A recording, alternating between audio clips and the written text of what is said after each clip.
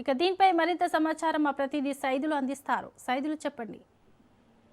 శోభ, రేవంత్ రెడ్డి తెలంగాణ రాష్ట్రంలో ఉన్నటువంటి భూములన్నీ కూడా అమ్మేస్తున్నాడని, అది సరైనది కాదని చెప్పేసి ముఖ్యమంత్రి రేవంత్ రెడ్డికి మాజీ మంత్రి బీఆర్ఎస్ శాసనసభ ఉపనేత హరీష్ రావు బహిరంగ లేఖ రాశారు. ఎక్కడ భూములు కనిపిస్తే అక్కడ అమ్మకాలైనా రేవంత్ రెడ్డి అని చెప్పేసి కూడా ఆయన క్వశ్చన్ చేస్తూ ఆ లేఖలో ఈ అంశాలను పేర్కొన్నారు.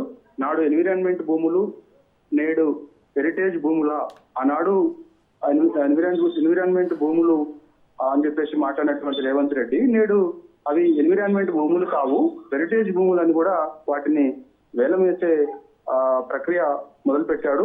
ఎవరైతే వేలంలో పాల్గొంటారో వారు న్యాయపరంగా ఇబ్బందులు ఎదుర్కోవాల్సి వస్తుందని కూడా హరీష్ రావు ఆ లేఖలో పేర్కొంటూ ముఖ్యమంత్రి రేవంత్ రెడ్డికి బహిరంగ లేఖ రాశారు.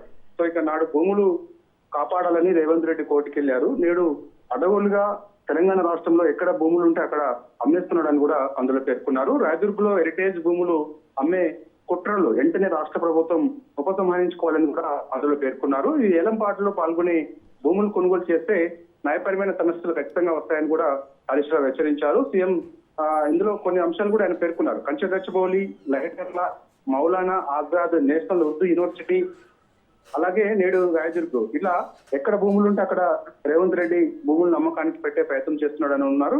రాయదుర్గ్ పన్మక్త గ్రామంలోని సర్వే నెంబర్ 83/1 లో 10 ఎకరాల హెరిటేజ్ భూమిని ఆగస్టు 17, 21 తేదీలలో TGICకి ఏలమేయడానికి సిద్ధం కావడం తీవ్రంగా ఖండిస్తున్నామని కూడా హరీష్ రావు లేఖ రాశారు.